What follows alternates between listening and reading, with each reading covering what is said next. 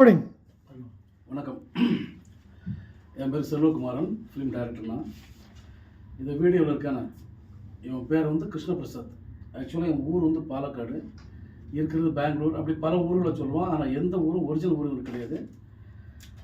திரைப்படம் தயாரிக்கணும்னு வர்றவங்ககிட்ட அவங்களுடைய அட்ரஸை கரெக்டாக கண்டுபிடிச்சி, எப்படி யார் மூலியமாக அட்ரஸ் கண்டுபிடிச்சி கரெக்டாக அவங்களுக்கு வந்து, சார் நான் ஃபைனான்ஸ் வாங்கி தரேன் சார், என் கம்பெனியில் வந்து 2 கோடி ரூபா 3 கோடி ரூபா ஃபைனான்ஸ் பண்ணுறாங்க அப்படின்னு சொல்லி ஃபைனான்ஸ் வாங்கி தரேன்னு சொல்லி அவங்ககிட்ட ஒரு அமௌண்ட்டு ஆட்டை போடுறது தான் என் வேலை. இப்படி பல இடங்களில் போட்டிருக்கேன். என்னுடைய ஃப்ரெண்ட்ஸுங்களே 2 பேர்கிட்ட போன வருஷம் கோயம்புத்தூரில் இந்த மாதிரி பணத்தை ஏமாற்றிருக்கான், சீட் பண்ணியிருக்கான். இப்போது ஸ்டில்ல இருக்காங்களா சார் வந்து ஆல்ரெடி ஒரு படம் தயாரிச்சிருக்கிறாங்க. இப்போ 2வது படம் எடுத்துகிட்டு இருக்காங்க. பெரிய ஆர்டிஸ்ட் வச்சு ஃபஸ்ட்டு படம் தயாரிச்சிருக்காங்க. இப்போ 2வது படம் தயாரிக்கக்கூடிய படத்துக்கு யார் மூலியமாகவும் சாருடைய நம்பரை வாங்கி, சார் வந்து ஃபைனான்ஸ் ஒரு பெரிய ப்ராஜெக்ட் பண்ணுறதுனால ஃபைனான்ஸ் ட்ரை பண்ணிட்டு இருக்கிறத தெரிஞ்சுக்கிட்டு இவங்ககிட்ட வந்து நான் ஃபைனான்ஸ் பண்ணுறேன்னு சொல்லி ஒரு 4 நாளாக சார்கிட்ட ஒரு பெரிய அமௌண்ட்டை ஏமாற்றிருக்கான். ஸோ இன்றைக்கி தான் எங்களுக்கு தெரியும் ஒரு பெரிய ஏமாற்று பேர் வழி அப்படிங்கிறது தெரியும். பிடிச்சி உட்கார வச்சு அவன்கிட்ட எழுதி வாங்கியிருக்கோம். எப்படி எழுதி வாங்கியிருக்கோன்னா, ஏன்னா அவனுக்கு வந்து தமிழ் எழுத தெரியாது, மரம் மட்டும் தான் எனக்கு தெரியும். அதனால் அவனுடைய நாலேஜிலே அவன் சொல்ல தான் நாங்கள் எழுதியிருக்கோம். எனது பெயர் கிருஷ்ணபிரசாத், என் பேர் இல்லைங்க, இவன் பேர் கிருஷ்ணபிரசாத். இந்த ஆவணத்தை நான் என் கைப்பட எழுதவில்லை. எனக்கு தமிழ் எழுத தெரியாததால் இதை எழுதியது டைரக்டர் அரவிந்த். இதுதான் சார் படத்துடைய இப்போ 2வது பண்ணுற படத்தோட டைரக்டர். மற்றும் தோழர் சேகுவாரா, சத்யராஜ் சார் நடித்த பட தயாரிப்பாளர் அனீஷ் சார் என்பவரும் எழுதுகிறார்கள்.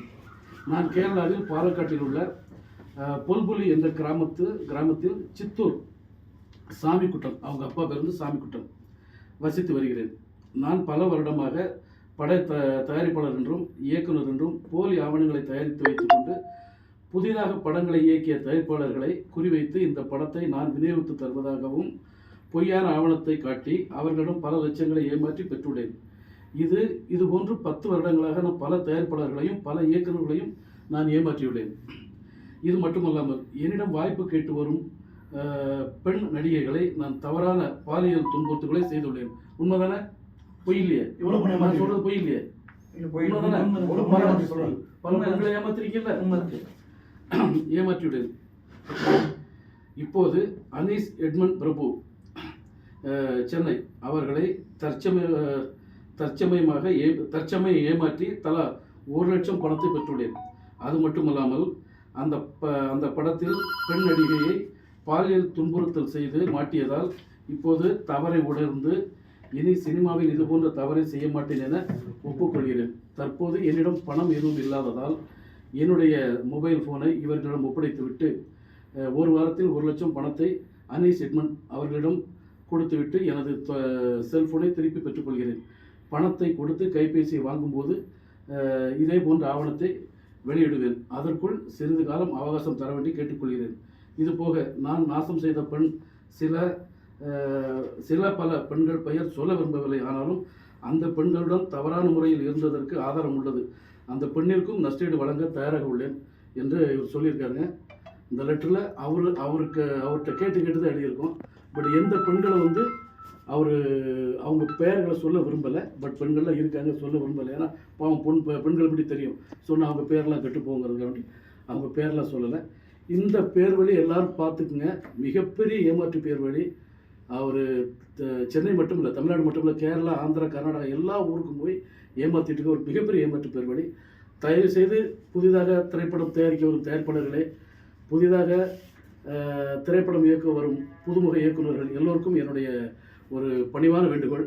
இந்த மாதிரிப்பட்ட ஃப்ராடுகளை நம்பி உங்கள் வாழ்க்கையை ஏமாந்துடாதீங்க, உங்கள் வாழ்க்கையை அழிச்சிக்காதீங்க என்று என்னை மீண்டும் உங்களிடம் கூறிக்கொள்கிறேன். நல்லா அவனை பார்த்துங்க. அப்படியே ஜூம் போங்க சார், அவனுக்கு நல்லா ஜூம் போங்க.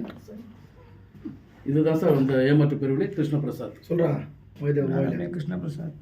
நான் ஏமாற்றுறது உண்மை சொல்லுங்கள். நான் ஏமாற்று உண்மை தான் சார். நீ என்ன பண்ணின்னு சொல்லலாம்? நான் டிஸ்ட்ரிபியூட்டராக இருந்தேன். ப்ளஸ் டிஸ்ட்ரிபியூட்டராக இருந்து ஏமாத்தினா டிஸ்ட்ரிபியூட்டராக இருந்து ஃபைனான்ஸில் வாய்ந்ததில் ஏமாத்தினாத்தையும் நிறைய பேர் ஏமாற்றிருக்கேன். இப்போ அனீஷாரையும் ஏமாற்றிருக்கேன். நிறைய பொண்ணுங்களை வந்து நான் வழியில் இது பண்ணியிருக்கேன். ஏற்கனவே எங்கெங்கே கேஸ் இருக்குது? எனக்கு தமிழ்நாட்டில் 3 கேஸ் எனக்கு இருக்குது.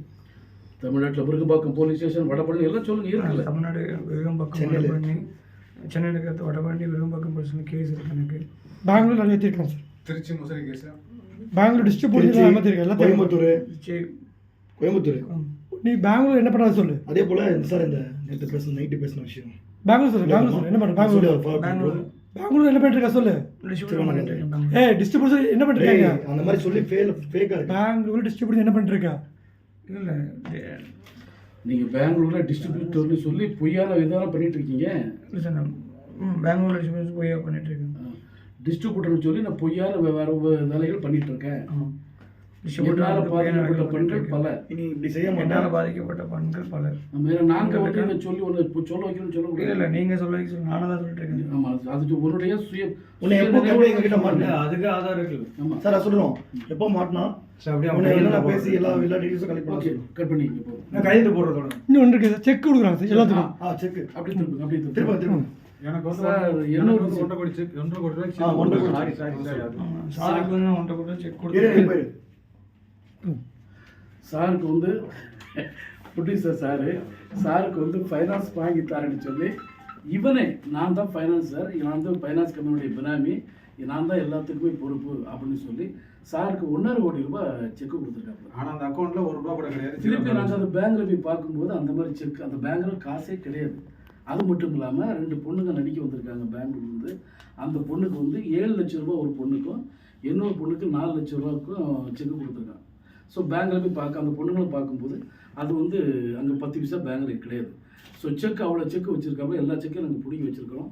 எந்த பேங்க்லேயுமே பணம் கிடையாது. ஸோ செக்கெல்லாம் அப்படி தூக்கி அடிச்சுட்டு சார் இப்படி சார் பணம் வந்துட்டு இருக்கு சார், காஞ்சிபுரத்து பணம் வந்துட்டு இருக்கு, எனக்கு ஒரு 25,000 ஜிபே பண்ணுங்கள். இப்படியா பல பல பல பல தயாரிப்பாளர்கள் ஏமாற்றிருக்காப்புல. தயவுசெய்து இப்போவும் சொல்கிறேன், திரும்பவும் சொல்கிறேன், தயாரிப்பாளர்களுக்கும் பல தயாரிப்பாளர் புதுசாக படம் தயாரிக்க வர தயாரிப்பாளர்களுக்கும் புதுசாக படம் இயக்க வர இயக்குநர்களுக்கும் சொல்லிக்கிறேன், இந்த மாதிரிப்பட்ட ஆட்கள் நிறைய பேர் சுற்றிட்டு இருக்காங்க. Not only Krishna Prasad sir, பல பிரசாத் சுற்றிட்டு இருக்காங்க. அவங்க எல்லாரும் கொஞ்சம் கேர்ஃபுல்லாக இருங்க. கேர்ஃபுல்லாக வந்து படம் பண்ணுங்க, பெரிய ஆளாக வாருங்க, பெரிய இயக்குநர்களாக வாங்க.